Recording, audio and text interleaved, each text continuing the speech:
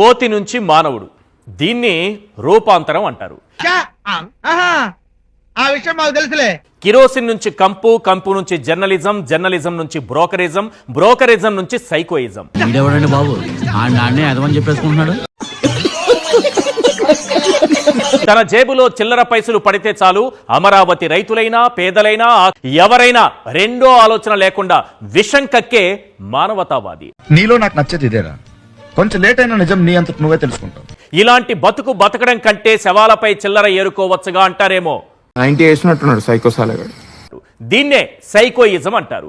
ఇప్పటికిప్పుడు ఈ psychoism peaks కు చేరుకోవడానికి కారణం ఏంటో తెలుసా? మచిలీపట్నం, విజయవాడ, గుంటూరు మా వీగన్ కంట్రోల్ ఎవరు సార్? వాడి పాపాను వాడే వాడు చేసిన పాపాలకి నేను పోయేటట్టున్నాను సార్. మావిగన్ జగన్ చెప్పిన ఈ మోడల్ ప్రజల్లోకి వెళ్లిపోతుందని భయం. అవి ఇంత భ్రమలో కూడా ఉంటారన్నది అర్థం కాలేదు. నిజమేందో అబద్ధమేందో తెలుసుకునే తెలివితేటలు వాడికాడు ఉండేరా? అడుటి క్రాకు ఎవడి చెబితే అదే నిజమని నమ్ముతాడా? అవినీతి సామ్రాజ్యం అమరావతి కుప్పకూలుతుందేమోనని భయం. చంద్రబాబు అవినీతి దోపిడీ ప్రజలకు తెలిసిపోతుందేమోనని భయం. వీటిని నమ్మకండి యువర్ ఆనర్, వీడు సామాన్యుడు కాదు, మహానటుడు. మళ్ళీ జగన్ వస్తాడేమోనని భయం. జగన్ గురించి వదిలేయండి, ఆయన అధికారంలో లేడు, అధికారంలో రాడు.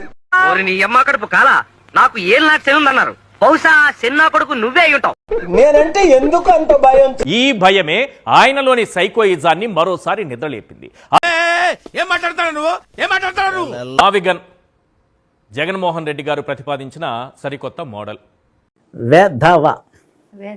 వెంటనే దవడ మీద వడ్డించు.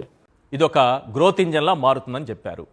జగన్ గారు చెప్పింది ఇవాళ మీరు హేళన చేసినా, మీరు గాలితనంగా మాట్లాడినా 3 సంవత్సరాల తర్వాత ఖచ్చితంగా ఎలక్షన్ కి వెళ్లే ముందు ఇవాళ నవ్వినోళ్ళు, ఇవాళ జగన్ గారిని ట్రోల్ చేసినాడు పెద్దోడు జగనే కరెక్టర్ అంటారు. చూసుకోండి. వైచీపో అంటున్నారు. అందరూ వినాలి, శ్రద్ధగా వినండి. దీన్ని జర్నలిజం అంటామా, బ్రోకరిజం అంటామా, అక్కడి నుంచి దాటిపోయి సైకోయిజం అంటామా? నాగరాజు ఆఖరిలో ఖాయం చేసుకోరా. ఫాలో అవుతున్నారు కదా, చంద్రబాబు నాయుడు గారు చెప్పింది వాళ్ళు వింటున్నారు కదా.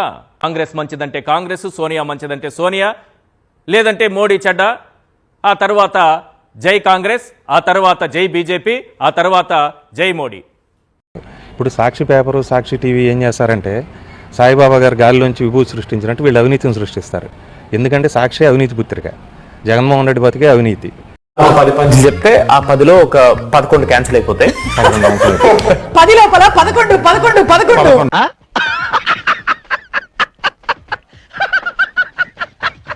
నిన్న దీనికి మళ్ళీ అదే షో రిపిటేషన్. మళ్ళీ ఆ మట్టి కుప్పం మీద పోయి పడుకుంటాడు.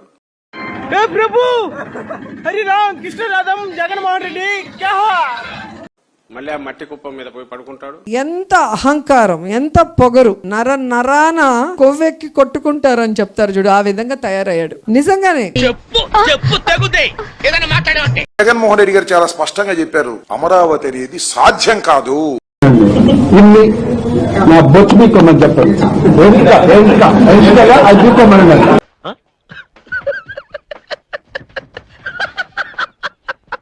రాష్ట్రానికి రాజధాని లేకోకుండా చేసేటటువంటి ప్రయత్నం చేస్తున్నారు.